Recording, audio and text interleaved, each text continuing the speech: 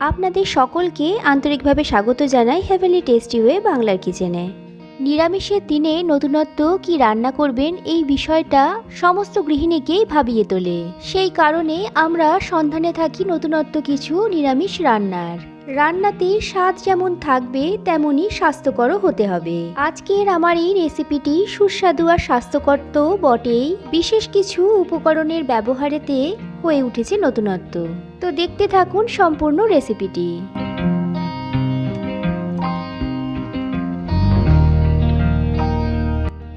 পনির ফুলকপির এই রেসিপিটিকে বানানোর জন্য মিক্সিং গ্রাইন্ডার জারের মধ্যে আমি 1 টেবিলস্পুনের মতো পোস্ত নিয়ে নিলাম, আর নিয়েছি 1 টিস্পুনের মতো সাদা তিল আর 1 টেবিলস্পুন কাজু বাদাম। ঈষদুষ্ণ গরম জল বানিয়ে নিয়েছিলাম, সেটাকে এর মধ্যে দিয়ে 10 মিনিট রাখবো, তারপর একটা স্মুথ পেস্ট বানিয়ে নেব।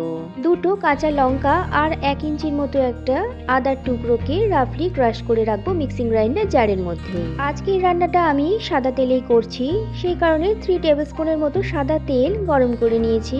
তার মধ্যে 200 গ্রামের মতো পনিরকে এইরকম ট্রায়াঙ্গেল শেপ করে কেটে দিয়ে দিয়েছি। হালকা করে ভেজে নেব। আপনারা নিজেদের পছন্দ মতো শেপ অবশ্যই কেটে নিতে পারেন। ভাজার সময় এর মধ্যে দিয়ে নিলাম সামান্য একটু লবণ, 1/4 টিস্পুনের মতো হলুদ গুঁড়ো আর 1/4 টিস্পুনের মতো লঙ্কা গুঁড়ো। তাতে করে পনির ভাজার সময় কালারটা খুবই ভালো আসবে।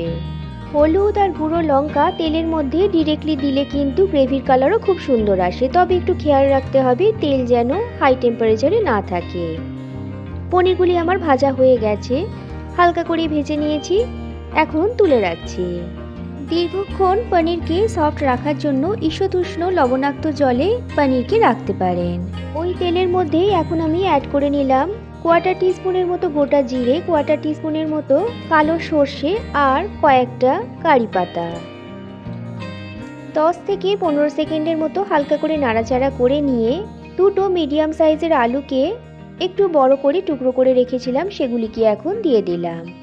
আলুটাকেও ভাজতে ভাজতে রান্না করে নিচ্ছি। আলুর মধ্যে এখন আর আলাদা করে লবণ আর হলুদ দিচ্ছি না। কিছুটা সময় অন্তর অন্তর আলুটাকে একটু নাড়াচাড়া করে নিচ্ছি। আলু যখন কিছুটা ভাজা হয়ে গেছে, এর মধ্যে এখন কেটে রাখা ফুলকপির টুকরোগুলোকে দিয়ে নিলাম। একটা গোটা ফুলকপির আধখানা অংশই আমি এরকমভাবে কেটে রেখেছি, ভালো করে ধুয়ে রেখেছিলাম। তবে এটাকে আমি সেদ্ধ করিনি, আপনারা চাইলে সিদ্ধ করেও ব্যবহার করতে পারেন।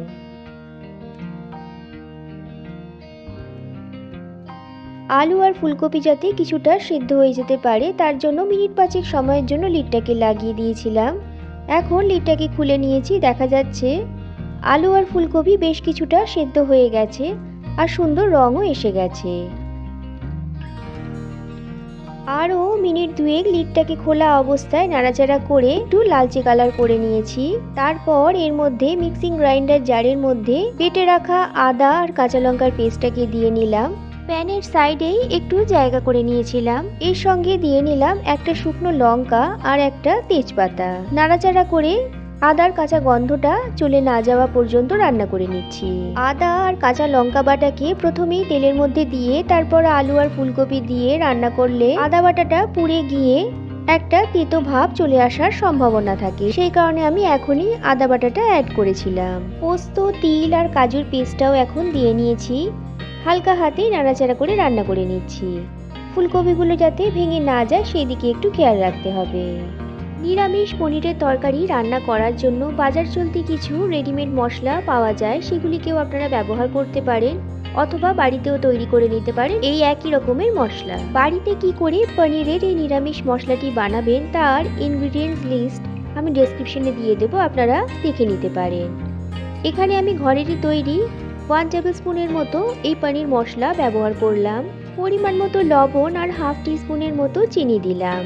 যেহেতু এটি একটি নিরামিষ রান্না সেই কারণে আমি চিনিটা ব্যবহার করছি, আপনারা যারা চিনি খেতে অভ্যস্ত নন তারা স্কিপ করবেন।